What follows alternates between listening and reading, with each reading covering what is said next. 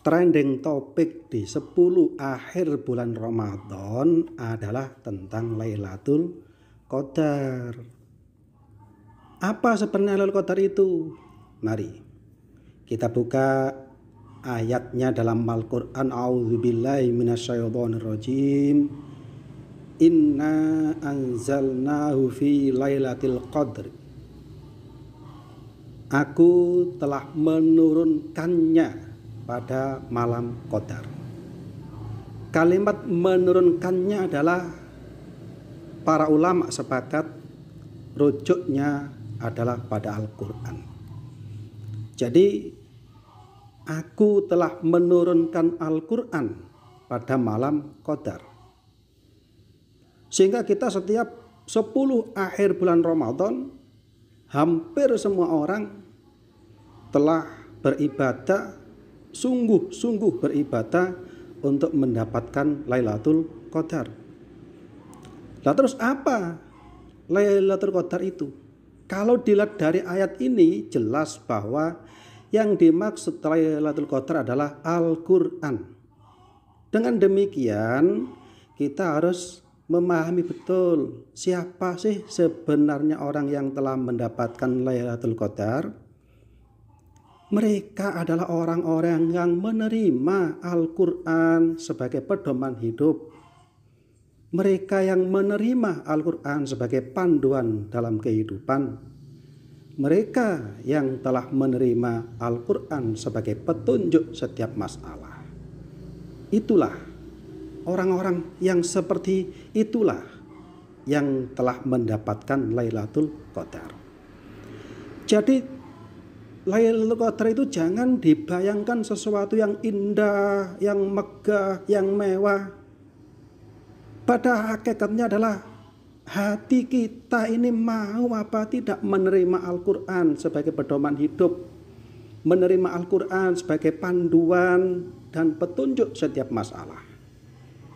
Dan Al-Quran sendiri dalam tata bahasa adalah berarti baca atau bacaan.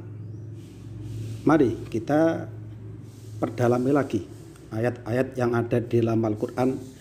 Ada 3 ayat yang di situ tujuannya sama, adalah untuk membaca, cuma medianya berbeda. Yang pertama, a'udzubillahi minasyaitonirrajim. Inna fi dzalika laayatil liulil absor. Sesungguhnya di situ ada beberapa tanda kekuasaan Allah bagi orang-orang yang mampu, yang telah melihatnya. Kata absor di sini saya artikan mata. Apa artinya? Orang yang menggunakan matanya melihat mobil, ingat pada Allah. Melihat rumah, ingat pada Allah. Melihat manusia, ingat kepada Allah. Melihat hayawan, ingat pada Allah. Melihat apapun benda yang telah dilihatnya oleh mata menyebabkan dia ingat kepada Allah. Maka orang yang seperti inilah yang telah menerima Al-Quran sebagai pedoman dan petunjuk dalam hidupnya.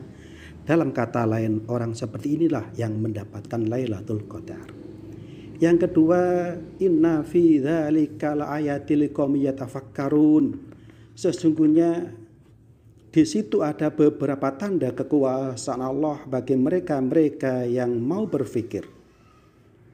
Kalimat ini saya posisikan untuk berpikir adalah menggunakan akal. Gunakan akal kita ini sepenuhnya untuk menauhidkan diri kepada Allah Subhanahu wa Ta'ala. Gunakan sepenuhnya akal ini untuk memikirkan makhluk-makhluknya Allah agar bisa mengenal Allah Subhanahu wa Ta'ala. Kalau kita bisa menggunakan akal kita untuk bertauhid kepada Allah, maka berarti kita telah menerima Lailatul Qadar. Yang ketiga, inna fi dzalika laayatil liulil albab. Sesungguhnya di situ ada beberapa tanda kekuasaan Allah bagi orang-orang yang punya hati.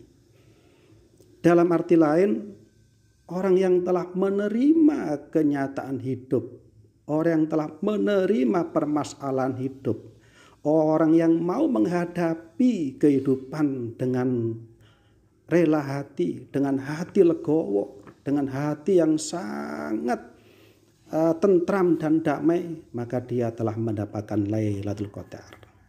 Apapun yang terjadi, kita terima apa adanya. Apapun yang terjadi, kita hadapi. Janganlah jadi pengecut. Janganlah berlari dari kenyataan. Hadapilah kenyataan hidup ini. Karena hidup ini memang harus dihadapi, apapun itu yang terjadi.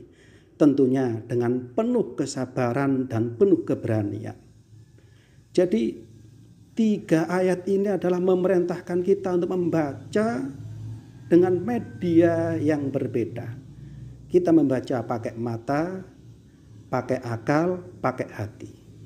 Kalau 3-tiganya ini bisa menyatu sehingga menyebabkan kita telah menerima Al-Quran sebagai pedoman hidup kita, telah menerima Al-Quran sebagai petunjuk hidup kita, maka kita termasuk orang yang mendapatkan Lailatul Qadar. Disinilah kita seringkali salah